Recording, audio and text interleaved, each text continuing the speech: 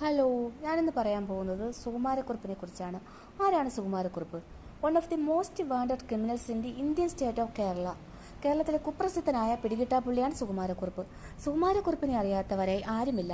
2021 ശ്രീനാഥ് രാജേന്ദ്രന്റെ സംവിധാനത്തിൽ ദുൽഖർ സൽമാൻ നിർമ്മാണം നടത്തിയ ദുൽഖർ തന്നെ നായകനായ കുറുപ്പ് എന്ന സിനിമ ഇന്നത്തെ തലമുറയും കണ്ടിട്ടുണ്ട്. അപ്പോൾ ഇന്നത്തെ തലമുറയ്ക്കും പരിചിതനാണ് സുകുമാരക്കുറുപ്പ്. 1984 ചാക്കോ എന്ന ചലച്ചിത്ര വിതരണ കമ്പനി ജീവനക്കാരനെ സുകുമാരക്കുറുപ്പ് കൊലപ്പെടുത്തി ശവശരീരം ആസൂത്രിതമായി ചുട്ടുകരിച്ചു. താനാണ് മരിച്ചതെന്ന് തെറ്റിദ്ധരിപ്പിച്ച് ഗൾഫിൽ അയാൾ ജോലി ചെയ്തിരുന്ന കമ്പനിയിൽ നിന്ന് ഇൻഷുറൻസ് പണമായ 30 ലക്ഷം രൂപ തട്ടിയെടുക്കാനായിരുന്നു കൊലയുടെ ഉദ്ദേശം. ആലപ്പുഴയ്ക്ക് പോകാൻ ബസ് കാത്തു നിൽക്കുകയായിരുന്ന ചാക്കോയെ ലിഫ്റ്റ് നൽകാമെന്ന് പറഞ്ഞ് സുകുമാരക്കുറുപ്പിന്റെ കാറിൽ കയറ്റി യാത്രാമധ്യേ കഴുത്തിൽ തുണി മുറുക്കി കൊല്ലുകയായിരുന്നു.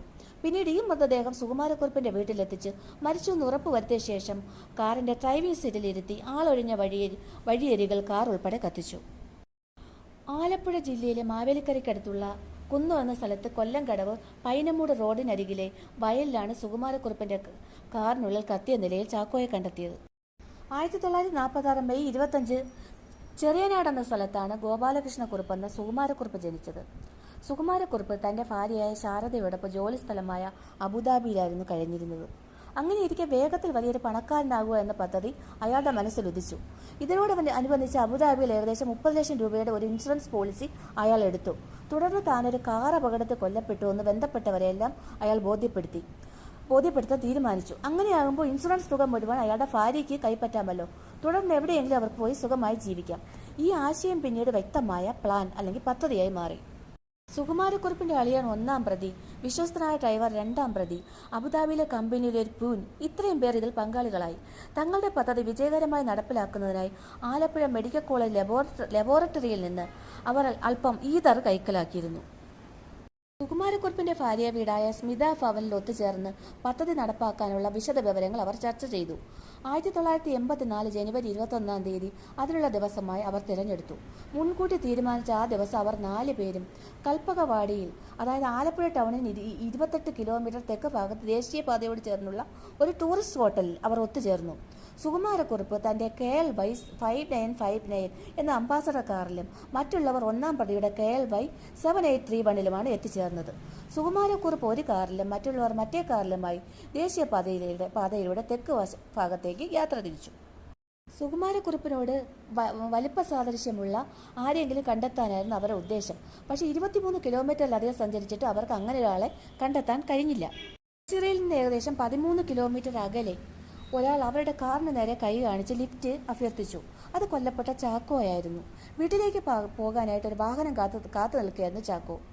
അയാൾക്ക് സുകുമാരക്കുറുപ്പിന്റെ അത്ര വലിപ്പമുണ്ടെന്ന് തോന്നിയതിനാൽ ഗൂഢാലോചനക്കാർ അവരുടെ കാറിൽ ചാക്കോയ്ക്ക് ലിഫ്റ്റ് നൽകി. യാത്ര തുടരവേ ചാക്കോയ്ക്ക് കുടിക്കാൻ എന്തോ നൽകിയെങ്കിലും അയാൾ അത് നിരസിച്ചു. പക്ഷെ നിരന്തരമായി നിർബന്ധിച്ച് അവർ ചാക്കോയെ കൊണ്ട് ഈതർ കലർത്തിയ ബ്രാൻഡി കഴിപ്പിച്ചു.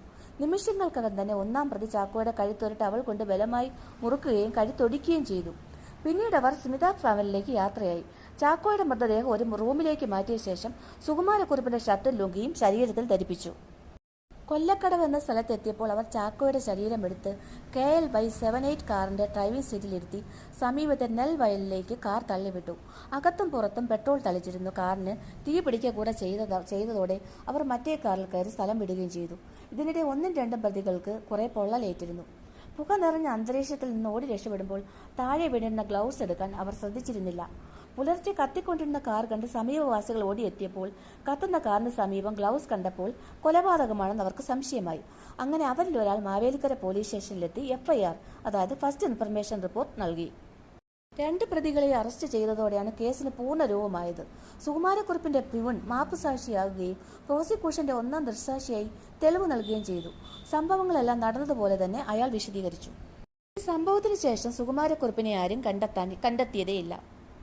കാലം ഇത്രയും കഴിഞ്ഞിട്ടും പോലീസിന് സുകുമാരക്കുറുപ്പിനെ കണ്ടെത്താൻ കഴിഞ്ഞിട്ടില്ല.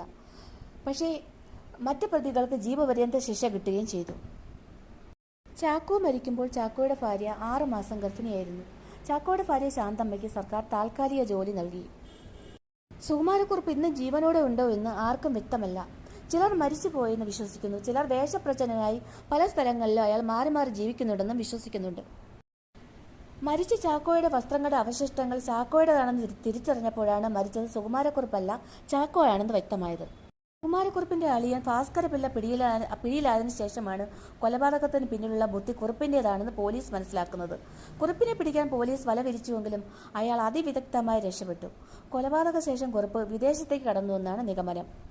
1984 റിലീസ് ചെയ്ത NH-47 എന്ന ചിത്രത്തിലും സുകുമാരക്കുറുപ്പിന്റെ ജീവിതകഥയാണ് പറയുന്നത്. കേരളത്തിലെ പോലീസ് അന്വേഷണത്തിന്റെ ചരിത്രത്തിലെ ഏറ്റവും ദുരൂഹമായ ക്രൈം ത്രില്ലർ കഥ ജനമനസ്സുകളിൽ ഇന്നും മായാതെ നിൽക്കുന്നുണ്ട്.